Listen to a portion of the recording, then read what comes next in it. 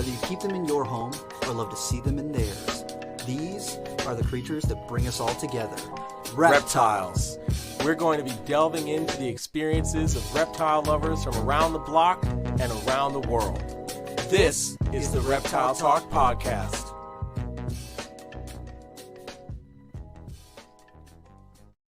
What's up, everybody? This is Jeremy Turgeon from Brassman Reptiles. And I'm Rob, and I'm keeping it real. Hey, and if you're watching on YouTube, you're getting a double dose of Reptile Talk this week, yeah, which is pretty epic.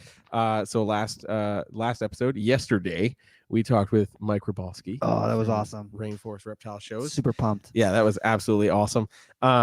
Tonight, we have a super special guest. I'm very excited. I want Jeremy to introduce him. Yes, I'm super pumped. I'm super excited because I'm a carpet guy. This person is a carpet guy. Rob's mad that they don't like scrub pythons. Wow. But, but we're talking with Steven from SBK Reptiles. So let's bring him on real quick. Dude, Boom. what's up, dude?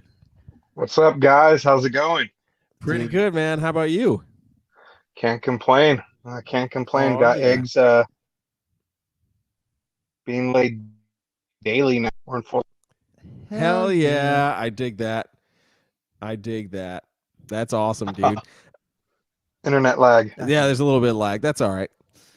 Okay, so for the people who might not know who you are or how you got your start in reptiles, can you give us like a quick synopsis of what got you into reptiles?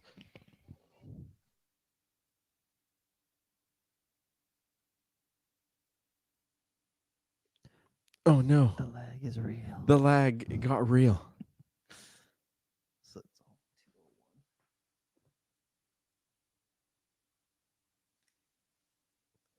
This is what happens when you do things live, guys. Sometimes things ain't perfect. That's okay.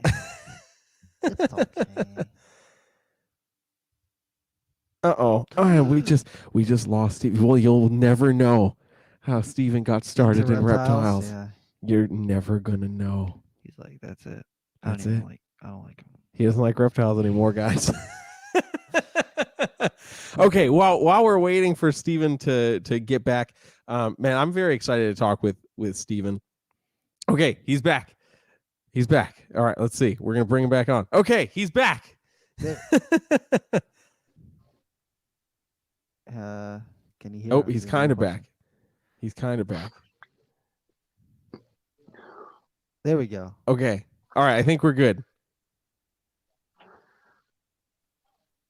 Well, if you guys could hear me at all, Yes. Yes, the yeah, we connection can is hear you making now. me sound like an echoey robot Oh no. Okay. from Can the you hear future.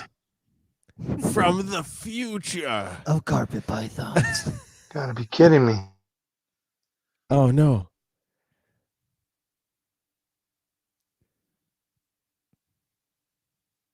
Isn't the internet great? Yeah. Yeah. We were like, okay, we got 1 hour to record. Nothing, Yeah, we're nothing can go wrong. Okay. wait, All right, we better? Can you hear A us? little bit better, still kind of robot-y.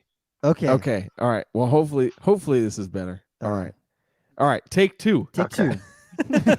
Sweet. So what- Take two. Okay. All right. So for those who might not know you or how you got your start in reptiles, can you give us like a brief synopsis of kind of what got you into keeping reptiles? Yeah. So my uncle was actually into reptiles, and when I was a kid, when I was about 4 years old, I'd saved up some birthday money, and my mom took me to Petco, laid all the change out, birthday money, change, chore money, everything on the counter. The first time I ever felt like a baller was at 4 years old, and I bought a leopard gecko. Yes. Nice. And so then after that, I was just kind of hooked. I mean, prior to that, my mom would take me and my older brothers hiking. We'd catch some lizards, put them in a shoebox, and then at the end of the hiker trail, we'd dump them all out and see them running. And it just always fascinated me. And so she always encouraged it. She'd take us to reptile stores, different things like that. And so then after getting, my first leopard gecko, it just grew, kind of like like the rest of us, you can't just have one. You say just one more, Of and course, before you of know course. it, you got a room full of them. Legit. I dig it. Yeah, I feel that Yeah, very, so- very much so. Leopard gecko and then insanity after the leopard gecko. Yeah, pretty much that quick. Yeah. So do you keep I any went lizards 0 to right 100 now? real fast. was that? Do you keep any lizards right now, or is it all snakes? All snakes right now. Word. One day I want to get back into lizards. Hopefully that'll be when I'm a homeowner, because right now still renting. It's just kind of tough with my work schedule, the space I'm allotted, and things of that nature to do lizards and truly care for them the way they should be cared for. Whereas Legit. snakes, Yeah. it's way easier. Yeah. Yeah, for sure. What kind of lizard you gonna get is the real question. I'll probably end up doing African fat tails, crested geckos, leopard geckos. I want to do Nautanus. I want to do that. I always butcher the name, but I think it's like Strophus or something like that. That Australian Stropharis? gecko Yeah, the that looks like it has. Oh, yeah. Yeah. Nice. Those guys, and then hopefully somehow, some way, laws will change, and then I could have Fiji Island iguanas. Yeah, hell yeah. We can only hope. We can only hope. Right. I told Ty Or, Park, I was or like, I dude, you just need won't some. post pictures. Yeah. Legit. Yeah. Ty Park. Legit. Yeah. No one needs to know. They gotta know. No one needs to know. Right. Yeah, no I feel one like needs a part of it, though, in keeping it isn't just keeping it for you. It's like keeping and sharing with the community, though. So it'd be really tough. Mhm. Yeah, for sure. Oh, for sure. Oh man.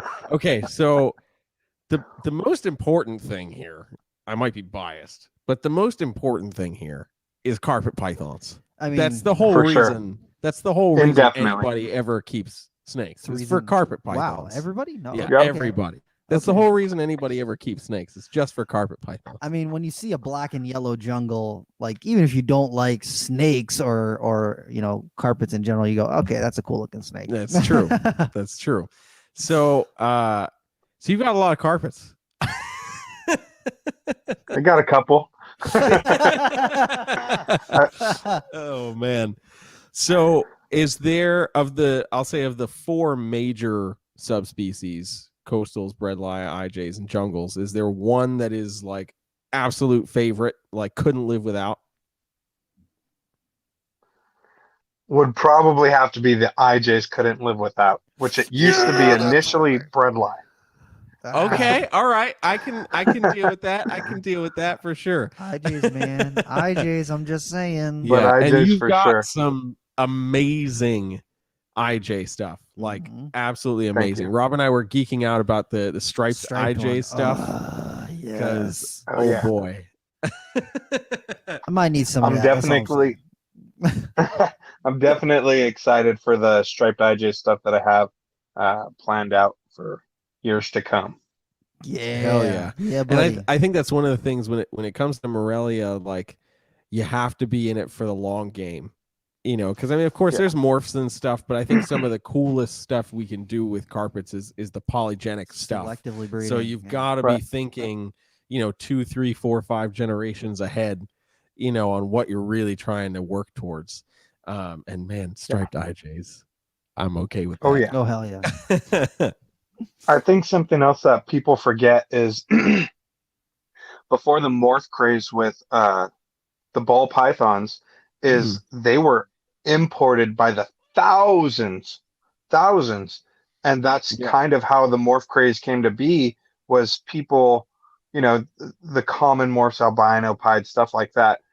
Some of the original pastel, the original ones became popular, were reproducible, and then people would look through piles of imports and say, hey, that one looks a little bit different and funky. Let's breed it and see what happens. Yeah. Mhm. Yeah, exactly. Yeah. There was no, well, we have 1,000 other possible things we can do. It was like, we have 4 options. Let's see what we can make with this.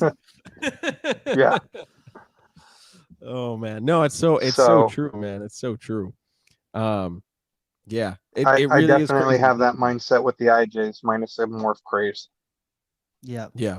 Yeah, because a lot of people go straight for like the granites or the axanthics with the IJs, and I think that some of the best looking IJs that I've ever seen have not been morphs. They're just like straight Yeah. up selectively bred. Like people chose, okay, I like the orange flames on this one right here, but I want wider bands on it, and they just breed for that to make this like boom, like the old Spitfire line stuff. That's just like Yep. boom. It just blows your mind when you see a picture of it. You know. Hell yeah.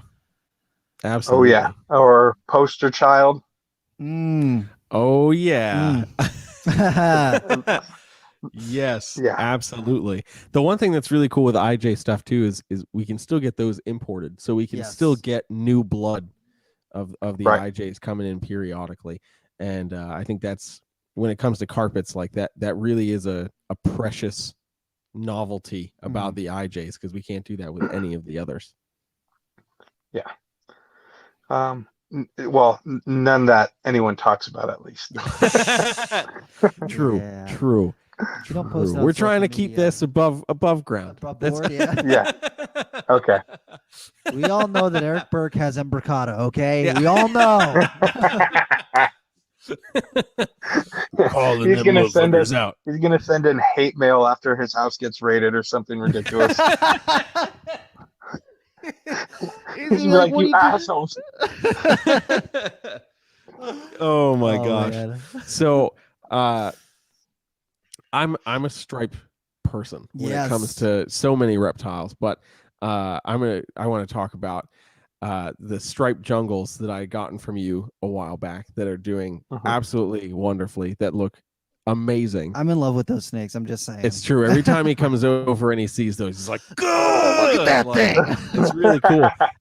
And I love those animals. That experience for me was also one of the most intense experiences of man, I wish I didn't necessarily do that trade, because anytime I see you post a picture of that zebra that I sent you, I'm like, fuck, that Wow. one was really Yeah. nice. Yeah. And then I just have to stare at those striped girls a little longer and be like, no, it was the right choice. It was the right choice. Oh man, that's funny. Yeah, it's a two-way street with that though. I look at that thing and I'm like, that's hot, but then I look at yours and I'm like, fuck. Ah. Oh man, it's Can't we it's just too keep good. them all? Dude, I mean, the answer is yes, but we'd all go broke Then very yeah, quickly. people get all upset Yeah. with you. They're like, you didn't let go. I need the good stuff. And you're like, I need the good stuff to make more good stuff. Yeah, exactly. Exactly. I've mentioned it a couple of times, but my actual personal mindset is to share a lot of the good stuff for two reasons. One is if I only sold junk, then that would get posted eventually and people would say, oh, that's what SBK Reptiles produces? Nah, I don't want to buy from him. And so then that would end. And then Yep. two, let's say something catastrophic happens. A virus goes through my collection, catches on fire, everything freezes because power goes out, and then I lose everything versus spreading the love, as I like to call it, sharing, and then saying, hey, I didn't want to sell this to you, but I did. Please let me know when you breed them, and I will buy babies back from you. Yes. Yeah, 100%. I can dig that 100%. So when it comes to, because you've also got a fair bit of jungle stuff too. So when it comes to these projects like the IJs and the jungle stuff, like what are some of the immediate things that you're trying to work towards with those projects? Like obviously the striped IJs are one thing, and you've got some banger jungles, with the crazy contrast. So like what are some of those things that you really like look towards when you're working out projects? I'm still kind of like a all colors of the rainbow type of person. Like I have all flavors. I need to have it all still. Yeah. So like I'm still working with like some animals that have a lot of tipping. Actually, right now I don't have any really striped jungles. That project's kind of like on the back burner right now. Pure stuff, so like the Lazic stuff that I got from Price. And then some of the zebra stuff. I'm trying to make, zebras or zebras, excuse me, known for looking like what a jungle looks like minus the black. Right now, most yeah. people picture a super zebra as a tan or brown snake. Mm-hmm. Yeah, so we want to make that pop. Yes. Yeah. But that's really it. Just kind of a few different things for the jungles. Mm-hmm. I definitely dig that, and yeah, I think there's only been a couple times I've ever seen a super zebra that's really like been like, oh, Popping. that's quite impressive. But the rest of them are typically just a patternless tan snake, and you're like, I can live without that. Yep. It's like, really? Yeah. You look at a zebra and you're like, dude, the super for that has to be the most insane thing ever. And you're like, nah, here's like an earthworm. That's okay. And you're like, oh, that's great. That's awesome. Thanks for that. It definitely is a kick in the nuts. Yeah, for sure. Oh, Nelly. Yeah, exactly. Oh my gosh. I saw on your Instagram the other day you posted, I want to pull it up right now, and I'm going to hopefully show the camera for those who are watching on YouTube. Hopefully it comes out really well. The axanthic granite. Oh, Python, yeah. hopefully that comes out. Oh my gosh. That thing? What are you doing with that? Crossing my fingers and hoping she doesn't die on me for something stupid, because that's how it always goes. Of course, yeah. Not getting my hopes up. That's why I haven't posted her that much. But since day one, she stood out and been just kind of a unique one. Her sister is also an axanthic granite. I made 2 in that clutch, and the night and day. I mean, axanthic granite is a sweet combo. But that one that you just showed that I posted the other day is just phenomenal. It's lights out. Yeah, dude, when that popped up on my feed, I was like, oh my God. Oh my God, that's it. That's it right there. Rob No with the other sound carpets. effects. Yeah, no other carpet needs to exist after this. It's just... I don't know. I want to see a bright yellow super zebra. That's all I'm saying. I mean, me too, but damn.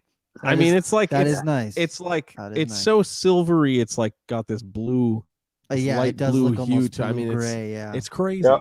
It really is crazy. So what direction are you going to take that in? Or are you hoping to take it in? I have no idea.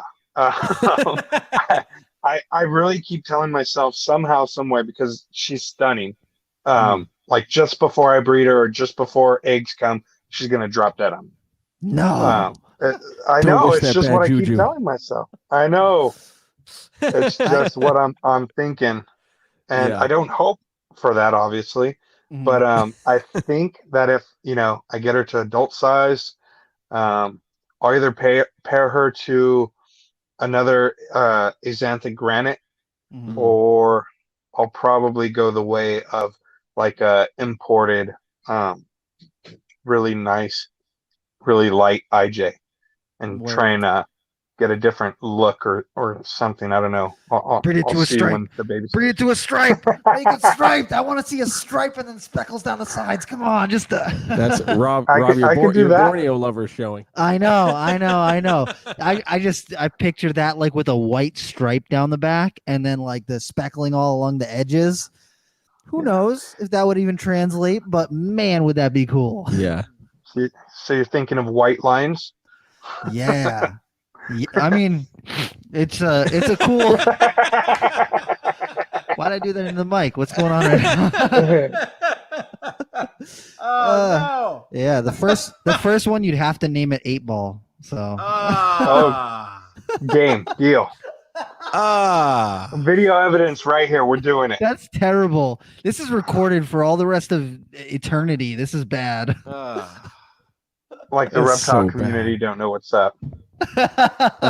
Listen, okay, we've all been to Tinley or Daytona and seen some shit. I'm just saying. Yeah. That's too rough. Why? You meet in the you meet in the middle of a parking lot in the middle of the night. You trade goods snakes for cash. It's snakes for cash, drugs for cash. It's all the same. You're always looking over your shoulder. The police. I had one time where I was meeting up with some friends who were coming. So they stayed at a friend's house, and I stayed at a hotel. And so when I got out of the hotel, they were driving back up to New England with me. So I'm sitting in my car in the parking lot, and I'm looking across the street, and there's a police car just sitting there. And just sitting there. And so I'm like, oh man, as soon as my friend pulls up, the police officer is going to come over here and they're going to start harassing us. And so we're sitting in the car. It's like 20 minutes. And then my friend's car pulls up next to us. And so I get out of the car because I had some tarantulas. I had to give them some tarantulas. And the police car immediately whips across the street, lights on, and pulls up right behind us. What are you doing right now? And I'm like, I know that you're not going to believe me right now, but these are spiders. And he's like, what now? You got what? And because he sees the vials, and he's like, you're lying. And I'm like, okay, fine. So I like open it up and show him the spiders. And he's like, oh, that's messed up. I wish that it was drugs. That's terrible. I wish it was drugs. I was like, man, you can't make this shit up. It is insane. Yeah. That's funny. Yeah. He was like, why do you have spiders in your car? And I was like, well, we came down here for a reptile expo. He's like, a what expo? Oh my goodness. Why couldn't it be guns? Yeah. Yeah, guns, or even like a triple X expo. Literally. Like Legit. He was very confused, a little bit upset, and then he was like, okay, you guys got to get out of here. We're like, okay, we'll leave, don't worry. That's we'll leave just after we trade drugs for these spiders. I'm glad he didn't check every vial. It's like, that's too freaking good, man. Absolutely. so what projects are you excited for this season? Do you have a ton of stuff going this season? You got a few things going this season. This season's been late for me, so I'm like, ugh. I've been late on a few things and right on time for others because I looked at the dates like, oh, you're on track. Which is strange because I felt like I was late.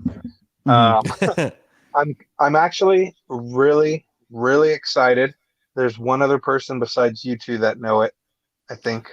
Because I don't think I posted on Instagram. Tell us.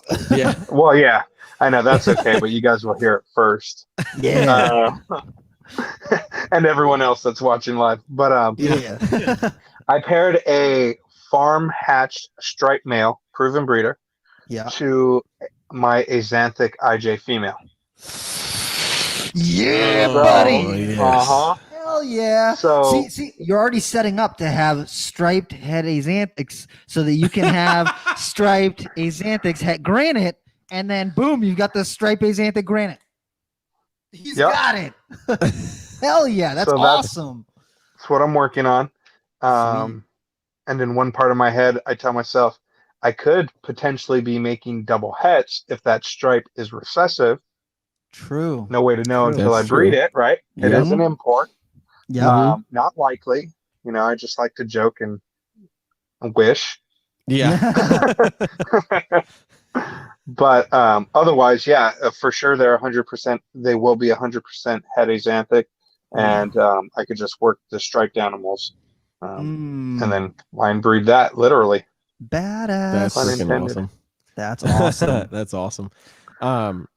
So as far as the stripe goes on that imported animal, is it like just like a solid single stripe, or is it like a really notable, like wider stripe?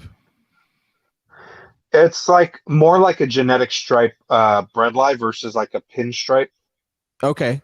Cool. So That's it's cool. wider. Yep. I've posted pictures of him before. It's my male that I named Willie. Oh, okay. All right. Cool. Yeah. That male, if you guys have ever seen that. Yeah, I think I've seen a couple pictures of him. That's awesome. So that's probably the project I'm most excited for. I did happen to pair a Jag double het Axanthic granite to a double het Axanthic granite, but I didn't see any locks. So I backed her up by a Axanthic granite double het male. Okay. So we'll see. If there's any Jags in there, we'll know he did the job. If there's not, we won't know for certain because technically, he could have just missed on the Jag gene, but I don't think he did the job. Yeah. Okay. At least you had something to back it up with that was Yeah. worthwhile, though, and you weren't like, oh Yeah. well, I guess I gotta throw some junk in there and just pray for good eggs. Wonder what will happen if I throw this ball python in there. Yes. Oh, no. Yes. Hybridize everything. No. Make the internet mad. No. Yeah. No. Just throwing a spare bowl and eye mail. Oh no. Just kidding. No. One of the guys who comes up and volunteers at Nerd, who used to work at Nerd, he took one of the zebra males and was breeding him to a zebra jag female, and he's like, man, I have not seen a single lock on these snakes, and he's like, I don't know if he's gonna do it.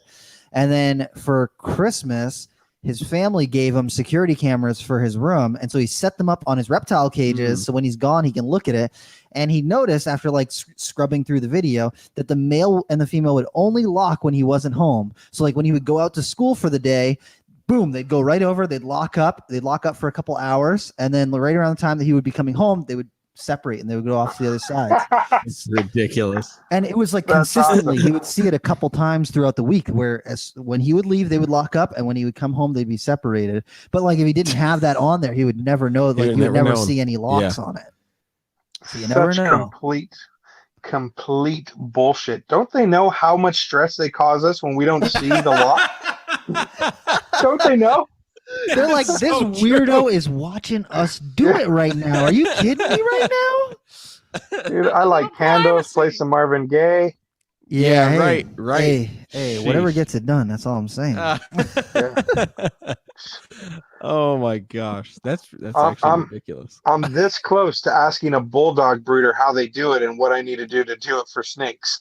Y'all, the artificial insemination stuff. Yeah. I wonder if you could do that with snakes, because snakes, I they just wonder. kind of like, they've got like this passive way that they deliver sperm. So I Yeah. don't know if you could do that. I don't know. Things that One make day. you go, One Yeah, day, 50 years from one now. day. When they And- figure that out, that's gonna be a wrap on a lot of stuff. Yeah, if you think everybody's a ball python breeder now. Yeah. Holy moly. There's gonna Oh, be goodness. little vials of sperm all over the place. They're Oh like, no! you said this was a super pastel clown pied sperm. This was a pastel sperm. What are you doing to me? I paid so much. Like, oh my goodness. When you see Morph Market initiate a sperm section, that's when you know it's over. This everything about what we do is over. They're like, from sorry, that you got to point. sell on Craigslist at that point. Yeah. Like, I thought it was bad when you see, occasionally someone selling eggs online for you to take home and hatch. Yeah, Yeah. no, And no, then I'm not could you into that. imagine selling sperm? It's just sperm plugs. It's just constant sperm plugs. Just No. They're all dried Nasty. up. Just add water. I don't like this bath bomb. I'm just saying, if anybody pays attention to Brian Barczyk's vlogs, and he's been talking about, oh, I got these snake sheds. What do you think if we did snakesheds.com? And then, oh, I got all these alligator teeth. What if I did reptileteeth.com? Oh, I've got all these sperm plugs. What if I did reptilespermplugs.com? This episode has gone off the rails. Yeah, What it's is going gone- on right I don't now? know what we're talking about anymore. Sorry, No, it's all good. it wasn't me. Yeah, it's true. At the very beginning of this, he was like, just don't say anything about the internet or what's happening in the industry right now, because I don't know shit. And now we're here talking we about are. sperm plugs. Here we are talking about Brian Barczyk is going to start reptilespermplugs.com. No. Yeah. Yeah. That's So, bad. That's terrible. I gotta ask with the jungle stuff. Like, one of my favorite things to see right now is people who are kind of breeding out the what is it called? Not flecking. The tipping, the yellow tipping in the black on the jungles. And I am waiting for someone to breed towards the all black carpet python, like selectively breed for just the all black jungle. And I've seen some pretty real dark stuff come out of what you're doing over there, dude. I'm just saying, I really like it. That's the route you want me to go. I mean, if you don't do it, when I'm looking at expanding my reptile room and like expanding and opening up a few more spots for things, I'm definitely trying to do that. But you are at a much better place to do it before I do it. So. I just I'll think just set up Rob Project. there we go. Yes. The Hell all yeah. black carpet python, the creeping a real line. The creeping, dude. When you get an all black jungle, if you don't call it the creeper, Oh yeah, dude, that'd be mint. hell yeah. That'd be so cool. What's funny is there's a few snakes that I know specifically. Nate Jameson of what was it, Las Vegas, Sin City Gecko, Mhm. had produced that were like high black, very little yellow. Like you would almost think that you could count the rosettes on it because they were just kind of like wow. a few yellow patches. Oh yeah. I want to Talk dirty to say me. just off the top of my head, it was either his Soul Glow or Princess stuff that produced, or maybe it was like a night shadow or something. There's a few snakes that he did, and some people have descendants from that, and they look quite similar, but they only have like the one-off animal. Son of a sea biscuit. That's Well, upsetting. there you go, Rob. I You have still to go gotta do do a it. deep dive and look for these things so that I can find one because oh my goodness, that sounds amazing. I'll have to send you the link. There's a link that has all like his website that's archived. Yes. And you could see all that because I mean he's been gone for probably about 10 years now. Damn. Oh man. Yeah, that's crazy. Ugh. Just shy of making the all black jungle. I know. Missed it by that much. I don't know. Just add some GHI to it. You got it. Oh, rude. Dude, I think I'm pretty sure this person's in Australia, but I just started following them on Instagram. It's s.s_Morelia, Sean Carroll, and holy crap, they got some black jungles, and I'm like, okay, that is my jam. Oh, yeah. It's just so dark. I love that. I need some of that in my life. Just be patient. A few more years.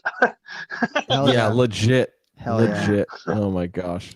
That's where it's at. I'm just saying, because people have selectively bred for the yellow, so they've got like there's back in the day there was like a couple people who had really yellow jungles, but now there's like a decent amount of people who have got like really bright yellow jungles, and now the people are starting to work with like different lines of patterning and doing stripe stuff and stuff like that.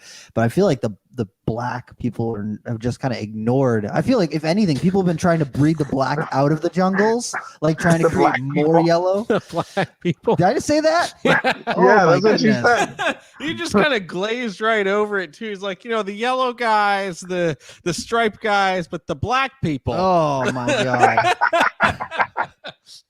Good job. Well. Oh boy. That's great. We're having a great time.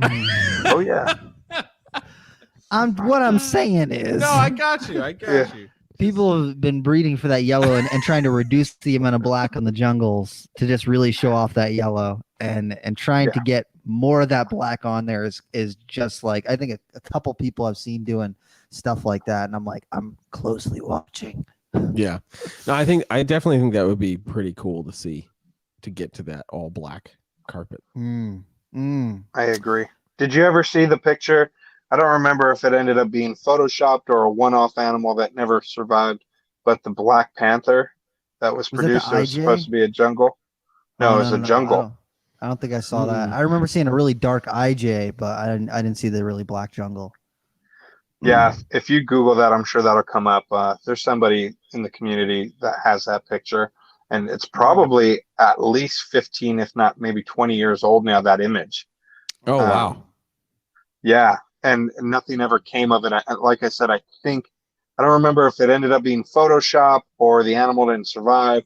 There's just some kind of shadiness about it. Wow. Oh, Rob just found the picture. Oh, wow. That's dark. Oh, that's very impressive. Yeah. That's interesting. That's pretty cool.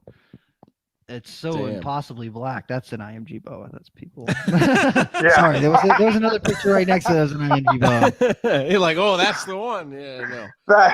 That jungle looks like a boa. Yeah. Damn. Yeah, those Okay. ones are I'm IJs liking- right there. Yeah. West But Pop I'm ones. liking that idea. Wow, those are interesting. That's pretty cool. It's pretty cool. I It like looks that. like Something it looks to like strive for. a cooler white lip python. Yeah, definitely dig a it. cooler white lip python. It doesn't want Oh, to draw man. blood, you know. I'm just saying. Yeah, of course. Of course. Oh my gosh. That's ridiculous. Oh man. So is there actually, before I go down that road, how do you feel? I have to ask because it's a carpet python buzz topic right now. How do you feel about the true hypo coastal carpet stuff? How do I feel about it? Like, Yeah. in Like, what 'cause regard? so I know like there's some people who are like they see it, they're like, okay, this is cool, but then there's some other people that are like, well, we've already got that with caramel. Like, why do we want to do this? And then some people are frustrated because some of the immediate pairings seem to be like hypo right into caramel. And it was like, well, why are we doing that? Okay. Like, why not keep things divergent? So, for me, there's actually probably the first podcast I did with NPR with Eric. I had mentioned, that caramel, something along the lines of like, we don't have hypo and we won't. So Mhm. I just kind of wrote it off, like, Yeah. and so I just used caramel as hypo, even though I wasn't a big fan of caramel and I knew they were separate. It was just kind of like, that's in Australia. Right. And so little did I know, put my foot in my mouth because there was some in Europe or Mhm. what have you, a different strain maybe. I think hypo coastals are prettier than caramels, but Mhm. that's coming from someone who wasn't that impressed with caramel from the start. Don't get me wrong, there's some cool combos with it, but Yep. like when they started breeding caramel and albino and they wanted to call it a sun glow, for me, I was always like, that's not a sun glow. Hypo and albino is a sun glow. Mhm. There's some cool caramels out there and caramel combos, but for me, hypos are definitely prettier. And when you look at them side by side, you can see the difference. All right, cool. I dig it. I'm pretty I'm in a pretty similar mindset on the project, but I know it's a Morelia buzz topic right now, especially as like just more work is being done with the hypo gene, and we're still really investigating what's possible with it. So I just had to ask. I just had to ask. Do you have any? No, I don't. I have a likely super caramel albino female that's here that I'm raising up, and I love her. I don't know if I would do anything with the hypo gene if it popped up, and I had the chance, maybe. But I'm not out there like I'm not calling Nick every 5 minutes to get a hypo. Okay. So what I was going to ask, I'll put you on my list. All right. Hey. Okay. There you go. What I was going to ask though is there a carpet project that you're like, man, I really want to add that into what I'm doing already?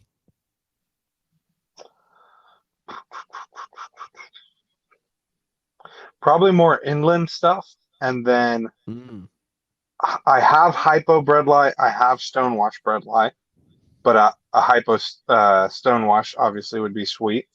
But actually, a true hypo coastal with albino and axanthic. So what do they call that? true Moonglow. Yeah. Yeah, that is I think one that would be pretty cool.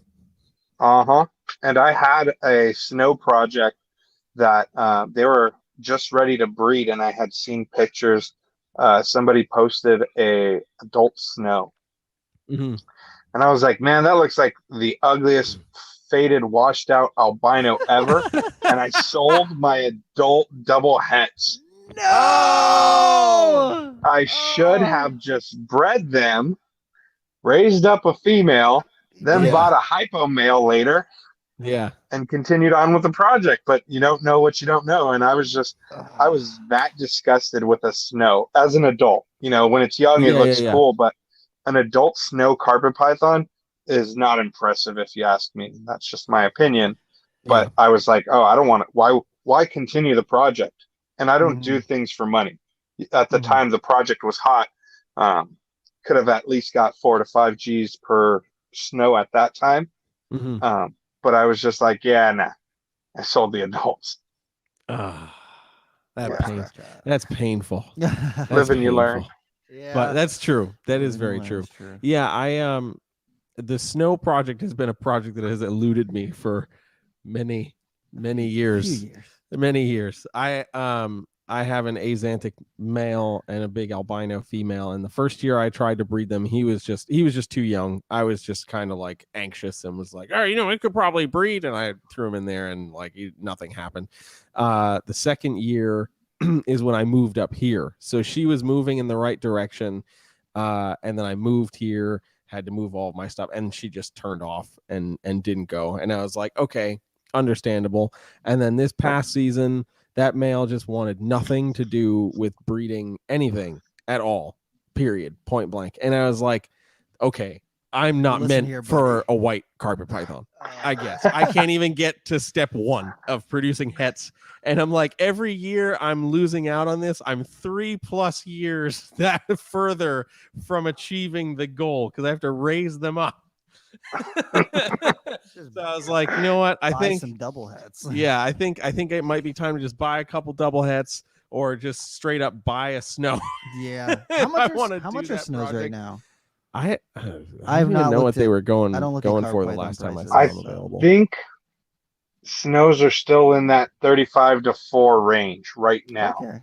Okay. Yeah, that's pretty fair given that double recessive combos are not common at all with the carpets, really. So, right? Yeah.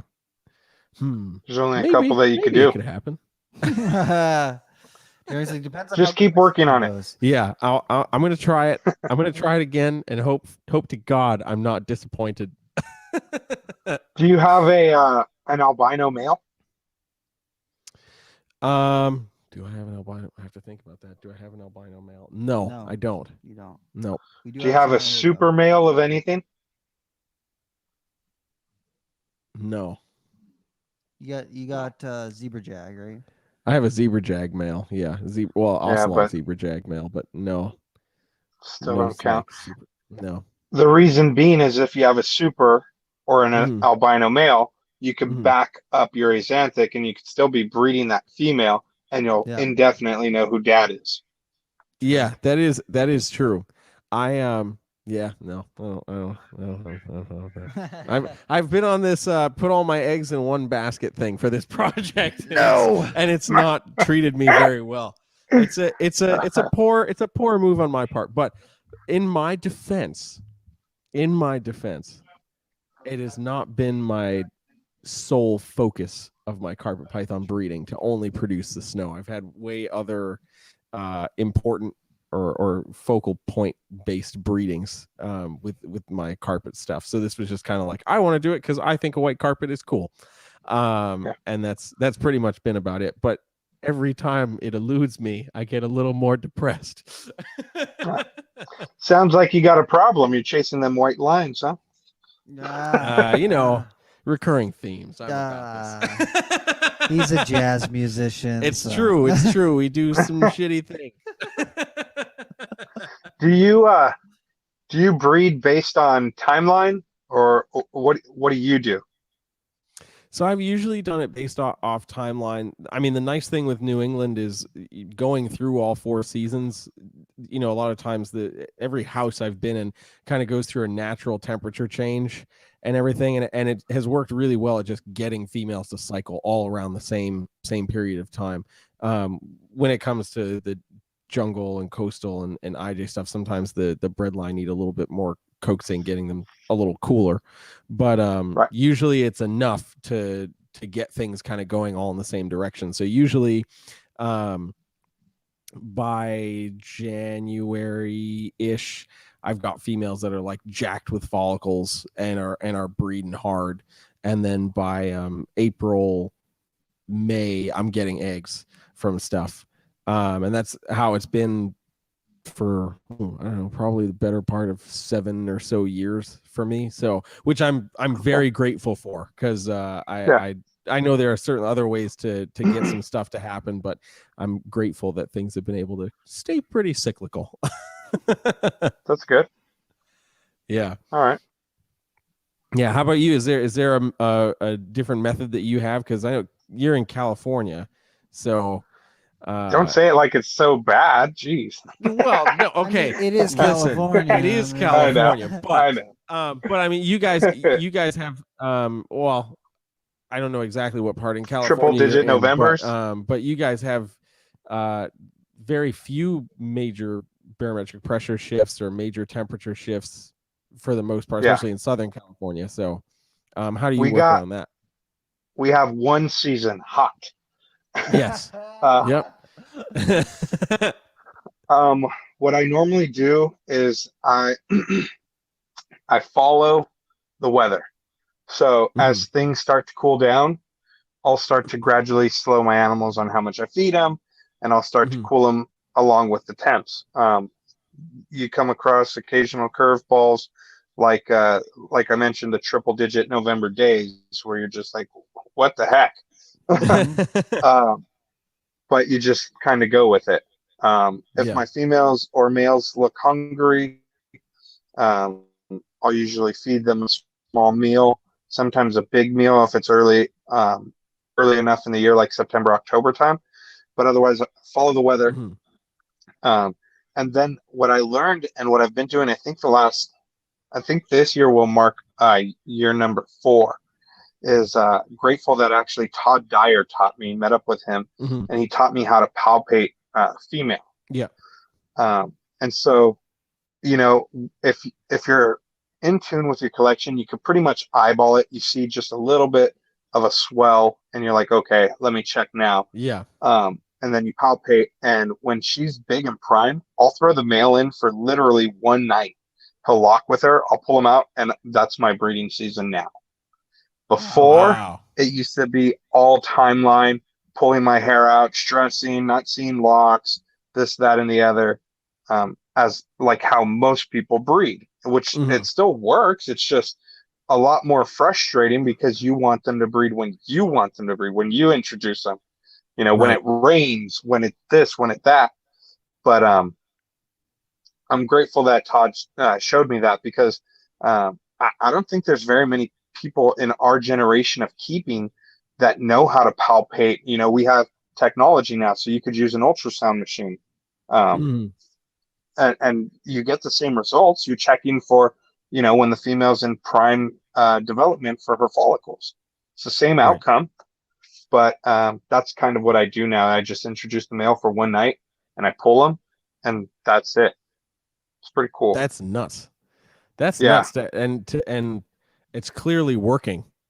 So like, your production is crushing. So it's clearly working. That's such a bizarre sounding concept. I mean, like not being in tune with your collection, that doesn't sound bizarre, but just only having one lock and then being like, well, that would have done. me pulling my hair out. Yeah, we'd be like, it didn't do it enough. I'm not seeing those locks. Yeah. I'm not seeing those locks.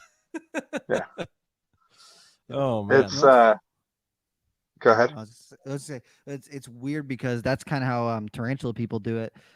Is that you just pair them like once. You get one good like insertion is what they call it, one good lock with the tarantulas, and then you do not pair them again, because if you pair them multiple times, it can cause the female to push into a molt cycle, because it like causes abrasions to her epigastric furrow where her opening is, and it can push her into a molt. And when they molt out all the sperm, so it will negate your whole breeding. So shit. you pair them up once, you see one good thing, and then that's it. You don't pair them up anymore. I'm sorry, stressed all I out. could think of is like a plan B type scenario. Oh shit, I used the wrong male. Just throw him in again. Well, imagine if it worked like that. You're like, we made a mistake last night. We got to do it again. We got to do it again. You gotta do it again. It's not working. Keep doing it.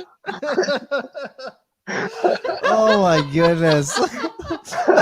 Woo. Oh my god. That's too much. Too much. Oh no. Too much. Tarantula birth control. Oh, yeah. Just keep pairing them, man. Just keep pairing them. It'll all work out in the end, dude. Oh my gosh. Okay. On that note, we're gonna take a quick 90-second ad break. So hang tight, Steve, and we'll be right back. Right back. Right back. We are super happy to announce our partnership with OASIS Exotic Enclosures, a new startup cage manufacturer based in California. Matt and Steph Conard have taken their time developing a wonderful quality product. The VS31 enclosure is their flagship model. It's 31 inches by 20 inches by 20 inches. It's perfect for many smaller species of colubrid, boa, python, or even some nocturnal lizards. Made with industrial-grade polyethylene plastic via in-house rotational molding, these cages have the strongest bonds in plastic manufacturing. Each enclosure has molded-in inverted handles on the sides, making moving from one place to another easier than ever. Each cage also has bolt-threaded inserts to allow you to connect cages vertically or secure them to a wall, creating impregnable security for that ever-growing collection. Also, a wonderful addition, the option to receive wall mounting brackets for your enclosure. That's right, you can attach this cage to any wall in your house at any height you desire. This wonderful patent-pending adaptation provides you the ability to take that cage you have just placed on a table or on the floor up higher without wasting valuable floor space. This also allows you to no longer loom above your pet before entering the enclosure, which is often a high cause of stress. Matt and Steph have just begun their journey into cage manufacturing and have worked to put out a quality product at a comparable price to other companies in the industry. More innovations and designs are forthcoming, and we are excited to see OASIS Exotic Enclosures grow and develop. Please go check them out on Instagram at OASIS Exotic Enclosures and on the web at www.oasiscages.com. Hey. Boom! So as always, guys, you can check out the links to OASIS Exotic Enclosures here in the YouTube video description. And if you're just listening to the audio version, it's in the notes, The show notes. For the show. So, okay. We can't let the episode go by without Rob So asking some scrub questions. scrub pythons. Why are they the best pythons ever? I do happen to have one scrub. Getting another one. I had Cool. two, and I lost my male. Sucks. Mm-hmm. Just one of those Honestly, fluke it's things kinda that how scrub happens. pythons happen. Yep. Yeah. But I plan to one day have barnecks and what are they? Cyclops. Like the mountain stuff. That's what I call them. Yeah. Mm. But I like them. I dig them. Yeah. Nothing wrong with them. I'm not against them. I just don't have very many. I know. Dude, I think that one of the things that's weird is like I like scrub pythons a lot, and like I talk really nice about them on the show, and I get a lot of people who message me and they're like, "So I've been listening to you talk about scrub pythons, and I think I want one." And most of the time, I'm like, "You don't want. You just don't. You don't want one. You don't want one. Oh, like gosh. you think you want one, but you don't want one. Like it takes a very nuanced approach to handling to work with scrub pythons. Like if you're just treating it like it's going to be, oh, it's just a carpet python, or oh, it's just, you know, a little bit of a spicy reticulated python, it's like no, they're not like that, and you're just going to have a bad time. They have some reach on them. Like when they want to move, they can move, and when they want to shit all over your cage's face and everything to make a mess of you, they could do that too. Yeah. I don't talk about the bad things. Yeah, that's the kind of video that needs to get posted. Dude, I've So you like scrub pythons? So you think you like scrub pythons? I've been slacking because I really want to do it's going to take me a while to record this video, but I really want to do a handling video on scrub pythons and just show how at different times of the day they handle differently, and they have a lot of different body language that you can read and go through, and how I approach handling them, and even just picking them up out of the enclosure, because it varies depending on which scrub python it is that I've got, from my little ones all the way up to my big ones, and my stuff that's captive bred as opposed to my stuff that's wild caught, and whether it's daytime or whether it's nighttime, it's completely different every time that I go in there. So for the people who would think that it's like, oh, I'll just, it's whatever. And I'm like, oh, you're going to have a bad time. I feel like scrub pythons have a really bad reputation, and I think that it's mostly from people who are just like, I'm gonna treat this like it's just another snake that I'm getting for my collection, and it's like they are not just another snake you're gonna get for your collection. And if you're interested in them and you do a bunch of research, maybe you'll enjoy it, but it's definitely not I don't know, it's just not like other snakes to me. It's not like most other snakes I keep or have worked with, rather. Whatever. Really? They're not like corn snakes? I do They're got more like, no, you know what? They're more like berms. Oh, I hate you. I thought you were gonna say like Calabar burrowing pythons, and I was like, okay. There is not one snake that is more different than a scrub than a Calabar burrowing python. I wasn't gonna go that far to the left. Oh my god. Scrubs are dope. Didn't you breed some last year or 2 years ago? I've been breeding them, but I haven't got any babies, so I'm not a scrub breeder. It's okay. I don't really care about all that much. Yeah. That's right. Yeah. I would like to produce some scrub pythons, but then if I do produce some scrub pythons, I already have a bunch of people who are like, you're gonna sell me one, right? And I'm like, I don't want to sell any babies. Sorry. I got people. See, if you want one, I'll maybe hook you up with one. But maybe hey, I'm just saying it's that first clutch is mine. Maybe. I've been fiending for that clutch of Barnacks for like a while, and I've been slow growing my female. My female is 6 years old right now, and last year was the first time I tried to breed her, so she is 5 years old, and she's only 10 feet long, 10 or she's probably around 10, 11 feet long. So she's not like a big Barnack. She's not a really big one. Like most people are breeding them when they're like 13, 14 feet long, but I think that the age and the slow growing is more important than people who grow them up quick. Because I know a lot more people who have been like, oh, I'm gonna breed these things. They grow them up to 13 foot and then they just keel over and die. And it's like, I don't think their bodies are. I wonder why. Like that. Right? Yeah. Right?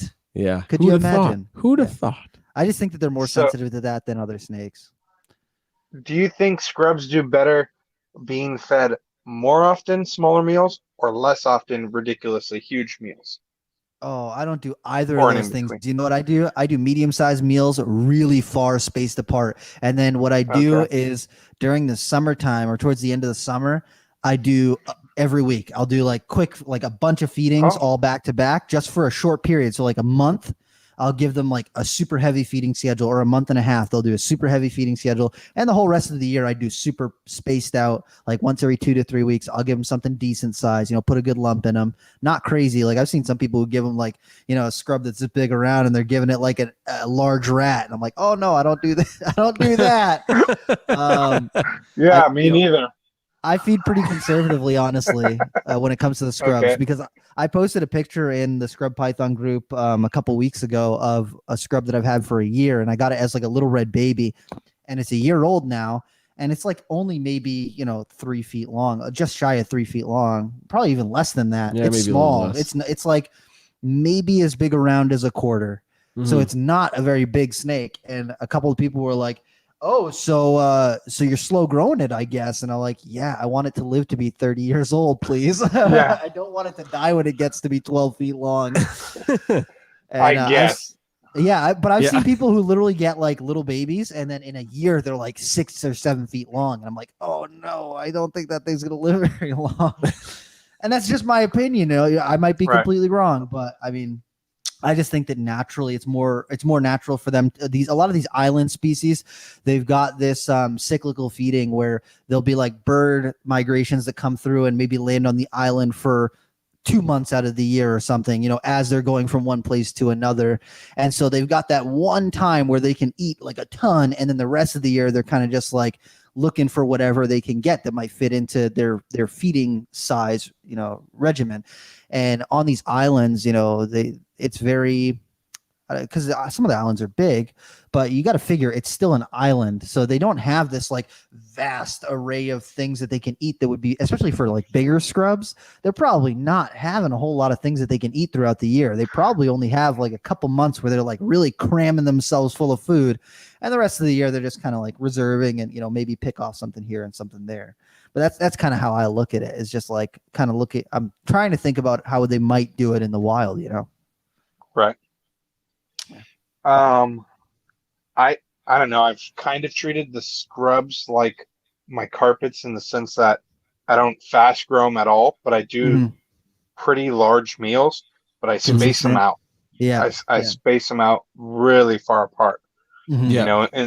In the winter, pretty much everything, even my babies, I'm not feeding unless it looks like it is looking for food or it looks like it's losing a little more weight than I want it to lose.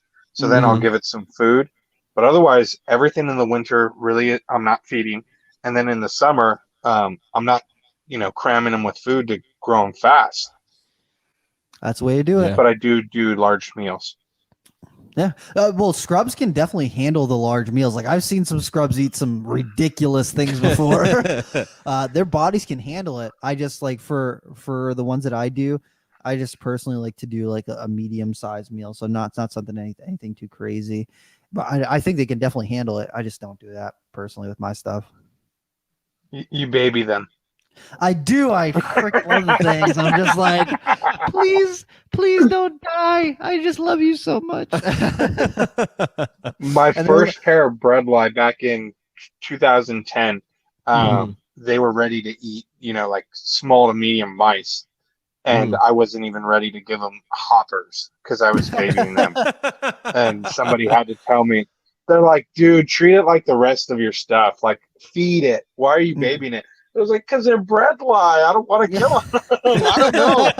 It was just, Now you're like, I just overthought it. Yeah. Yeah. Here's a rabbit. Yeah. Bredli are another one of those ones where like you see pictures of them in the wild, they're like eating a wallaby. You're like, oh my god. Yeah, look at that thing. you're like my sweet little bredli. What? Yeah. Yeah. Oh my gosh, that's awesome. All right, so we're winding down our time.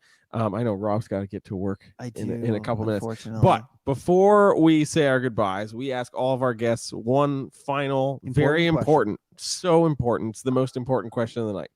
And Who's that your favorite is YouTuber? No, what? I'm just kidding. I'm just kidding. No, that is what in the realm of reptiles, be it something in your own collection or something that you've seen scrolling the interwebs, because that's what most of our lives have been reduced to with everything that's going on in the world.